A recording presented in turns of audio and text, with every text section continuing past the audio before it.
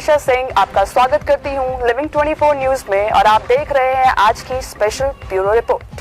ये हम लोग मधुमती के सेट पे हैं, भोजपुरी फिल्म मधुमती,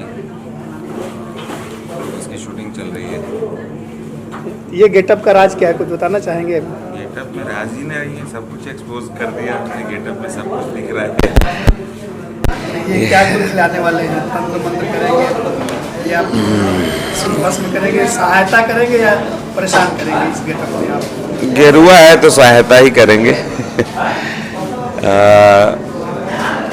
तंत्र मंत्र विधा का जो सदुपयोग करते हैं वो जो लोग, और कुछ लोग दुरुपयोग करते हैं, हम लोग सदुपयोग करने वाले हैं। फिल्म का नाम है मधुमती, आम्रपाली जी। जी जी जी, कह रहे हैं कोई हीरो भी है, हीरोइन भी, दोनों भी वही है। क्या कहना चाहेंगे मधुमती?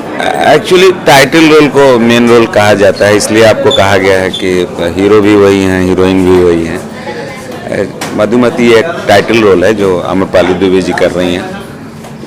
तो थोड़ी सी भी कहानी की बात अगर मैं आपको बताऊं तो बहुत सारी चीज़ें लीक हो जाएगी, इसलिए हमें सख्त हिदायत दी गई है कि कहानी लीक ना करें।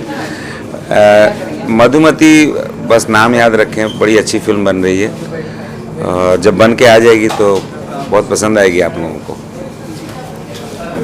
बहुत बढ़िया प्रोडक्शन हाउस है, हम लोग पिछले 7-8 दिनों से जो काम कर रहे हैं, प्रोड्यूसर का भरपूर सहयोग होता है तभी फिल्म अच्छी बनती है। तो आपने जो नाम लिया अमित जी का, वो हमेशा सेट पे रहते हैं और हर पहलू पे उनका विशेष ध्यान रहता है कि क्या हो रहा है, नहीं हो रहा है, फिल्म कैसी बन रही है। As a producer is a very nice और मज़ा आ रहा है उनके साथ काम करके। भविष्य में और भी अच्छी अच्छी फिल्मों की उम्मीद इस प्रोडक्शन हाउस से हम लगा सकते हैं। कलाकार इसमें बहुत ज़्यादा है? बहुत ज़्यादा नहीं है, फिल्म बहुत बड़ी है एक्चुअली। इसको इसलिए अच्छी फिल्म जो बनती है उसमें कास्टिंग तो बहुत इम्पोर्टेंट होता ही है। तो चूँकि आपने कहा कि स्टार कास्ट बहुत ज़्यादा है, बहुत सारे लोगों की इसमें ज़रूरत है, सब मिलकर ही तो इसको एक बड़ी फिल्म बनाने में हम लोग कामयाब हो रहे हैं।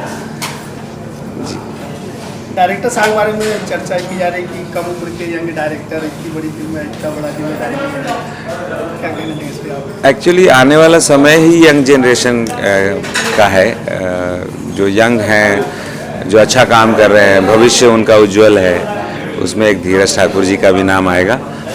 सच में यंग हैं और उनकी सोच जो है उनको बहुत आगे लेकर जाएगी।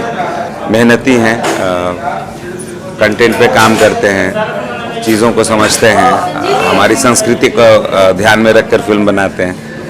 तो भविष्य उनका काफ़ी उज्जवल है, धीरज ठाकुर जी का।